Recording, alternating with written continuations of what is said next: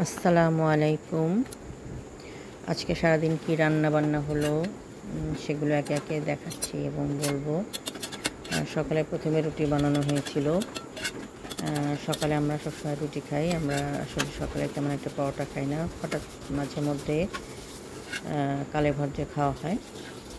তা রুটি ছেঁকে নেওয়া হচ্ছে। রুটি ছেঁকা হয়ে গেলে এরপর এখানে চিচিঙ্গা ভাজি করা হয়েছে।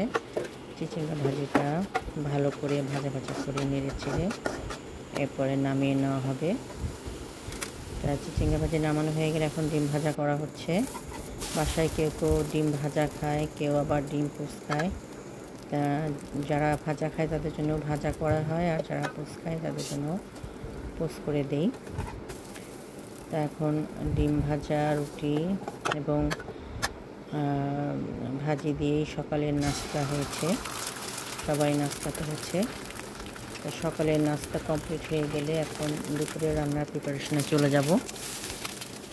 দুপুরে প্রথমে রান্না করা হয়েছিল, একটু লাল শাক ভাজি করা হয়েছে। তা লাল শাকটা পুরো রান্নাটা দেখালাম না, জাস্ট শেষের লোকটা দেখালাম। এরপরে তেলাপিয়া মাছ চিচিঙ্গা দিয়ে রান্না করা হয়েছিল। তা মাছটা প্রথমে আমি কেটে ধুয়ে পরিষ্কার করে হলুদ, লবণ, মরিচের গুঁড়া মাখিয়ে আধা ঘন্টা ম্যারিনেশন করে রেখেছিলাম। এরপর আমি মাছটা ফ্রাই প্যানে কড়া করে ভেজে নিয়েছি।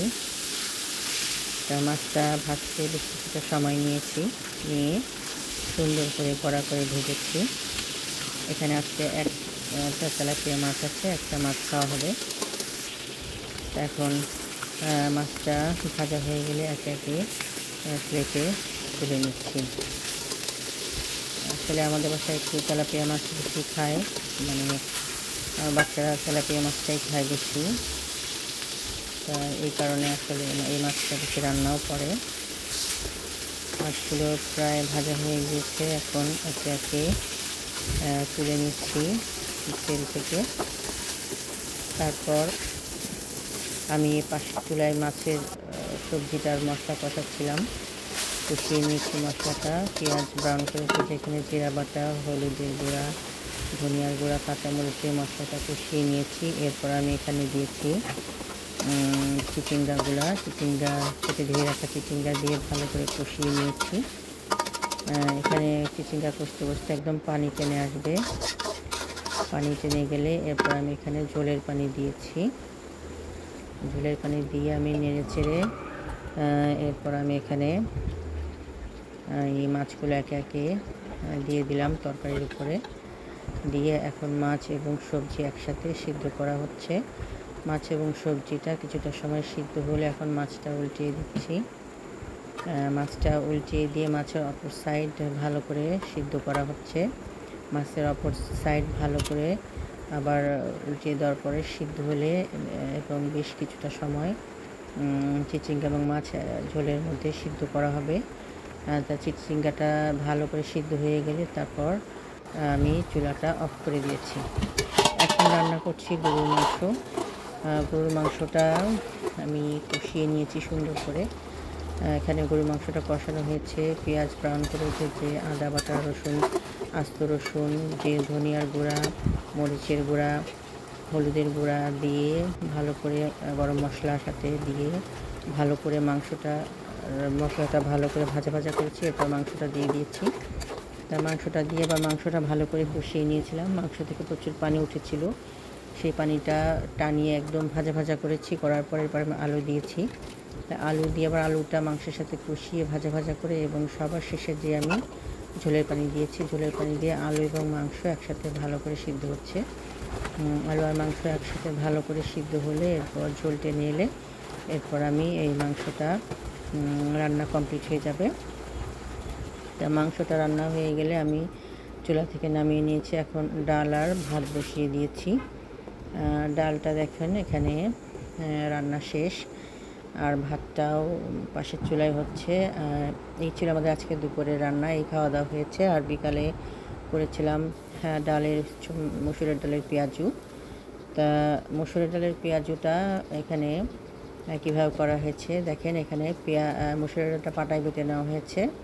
এরপর পেঁয়াজু বানানোর জন্য বেশি করে পেঁয়াজ দিতে হয়। তো এখানে বেশি করে পেঁয়াজ কুচানো দেওয়া হয়েছে, হলুদের গুঁড়া, একটু ধনিয়ার গুঁড়া, আর এখানে এর সাথে একটু চালের গুঁড়া দেওয়া হয়েছে, মানে চাল ভিজিয়ে রেখে পাটায় বেটে দেওয়া হয়েছে, কাঁচামরিচ দিয়ে ভালো করে মাখিয়ে এরপর এখন এটাকে ডুবো তেলে ভেজে নেওয়া হচ্ছে। তো এখন পেঁয়াজটা ভালো করে ভাজা হয়ে গেলে উল্টিয়ে পাল্টিয়ে সুন্দর মতো উল্টিয়ে পাল্টিয়ে আমি নামিয়ে নেব। পেঁয়াজটা আগে এক ব্যাচ খাওয়া হয়েছে, পেঁয়াজু খাওয়া হয়েছে, আর এখানে দ্বিতীয় ব্যাচে ভাজা হচ্ছে। তা এই মুসুর ডালের পেঁয়াজু খেতে কিন্তু অনেক ভালো লাগে, একটু বেশি করে পেঁয়াজ সাথে দিলে এটা খেতে খুব ভালো লাগে। আপনারা বাসায় করে খেয়ে দেখবেন, বেশ টেস্টি হয়। তা এই পেঁয়াজুটা বিকালের নাস্তায় খাওয়া হয়েছে। দেখেন পেঁয়াজের কালারটা, একদম পেঁয়াজুর কালারটা অনেক সুন্দর এসেছে। এখন ভাজা হয়ে গেলে আমি একে একে প্লেটে তুলে নিচ্ছি। প্লেটে তুলে নেওয়ার পর এই দেখুন পেঁয়াজুর একদম শেষের লুকটা অনেক সুন্দর কালার এবং খেতে অনেক মজা হয়েছিল। আর সাথে খাওয়া হয়েছে বিভিন্ন রকম ফল। আমাদের বাসায় সবসময় বিভিন্ন রকম ফল থাকে, এখানে তো ফলের অর্ধেকটা দেখানো হয়েছে, আরও আছে সামনে কলা, তারপর আরেকটা ঝুড়িতে আরও এরকম এক ঝুড়ি ফল আছে। এটা প্রতিদিনই আমাদের বাসায় আমার বাচ্চারা খায়। তো এখন এখানে একটু কিছুটা পেয়ারা কেটেছিলাম, সেই পেয়ারাটাও পেঁয়াজের সাথে পরিবেশন করা হয়েছে। আর সাথে পরিবেশন করেছি ড্রাগন ফল। ফ্রুটসটা আসলে আমরা বাসায় বেশি খাই, ফ্রুটসটা একটা হেলদি খাবার, এত ভাজা পোড়াটা খুব একটা খাই না। তা এই ড্রাগন ফল আর পেয়ারা কাটার আপেল এগুলো আস্তে খাওয়া হয়েছে, এগুলো পিস পিস করে খাওয়া হয় নাই। তা এখন আমাদের আজকের খাওয়া দাওয়া এই পর্যন্তই। খোদা হাফেজ, আবার আরেকদিন অন্য ভিডিও নিয়ে আসবো।